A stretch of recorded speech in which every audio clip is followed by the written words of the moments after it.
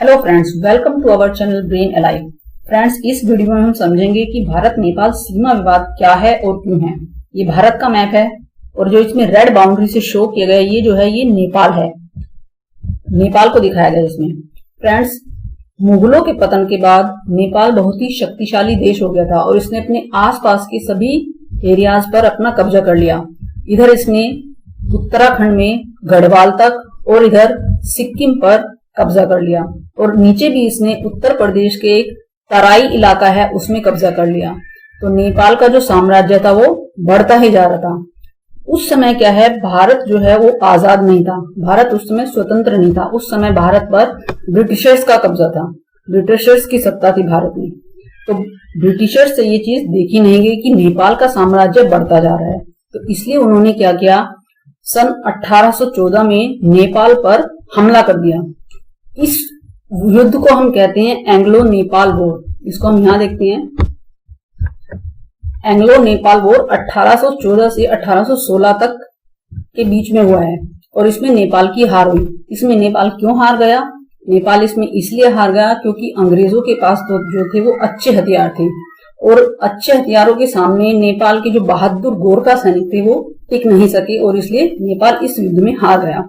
इस युद्ध के बाद फिर 1816 में एक संधि हुई जिसको हम सुगोली की संधि के नाम से जानते हैं, यानी कि सुगोली ट्रीटी। इस संधि में अंग्रेजों ने नेपाल का बॉर्डर जो है वो डिसाइड किया।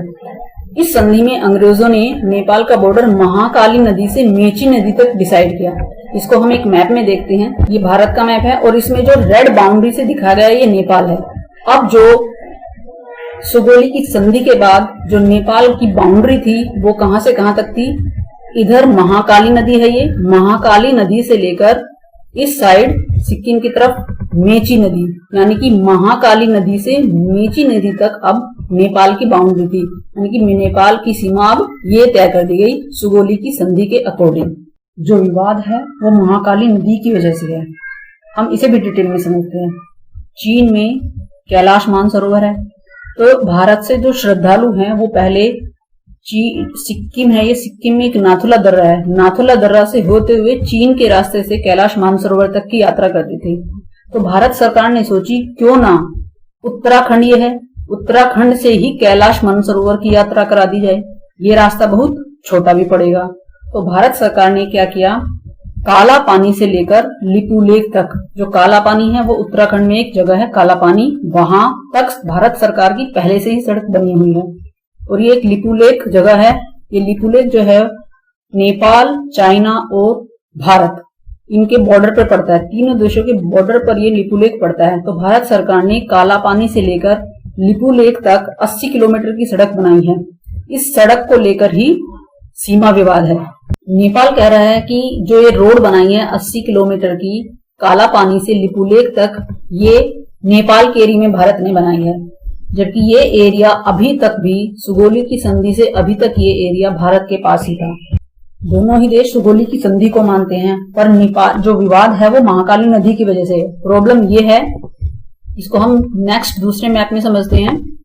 प्रॉब्लम ये है कि जो ये महाकाली नदी है, ये जो है महाकाली नदी है, महाकाली नदी का जो उद्गम है वो 3 नदियों से है। पहली है जो लिम्पियाधुरा से शुरू होती है, दूसरा है जो काला पानी से शुरू होती है और तीसरी है जो लिपुलेख से शुरू होती है। प्रॉब्लम इस महाकाली नदी को लेकर है। भारत कहता है कि जो महाकाली नदी है वो लिपुलेख से शुरू होती है और नेपाल कहता है कि जो महाकाली नदी है वो लिम्पियाधुरा से शुरू होती है।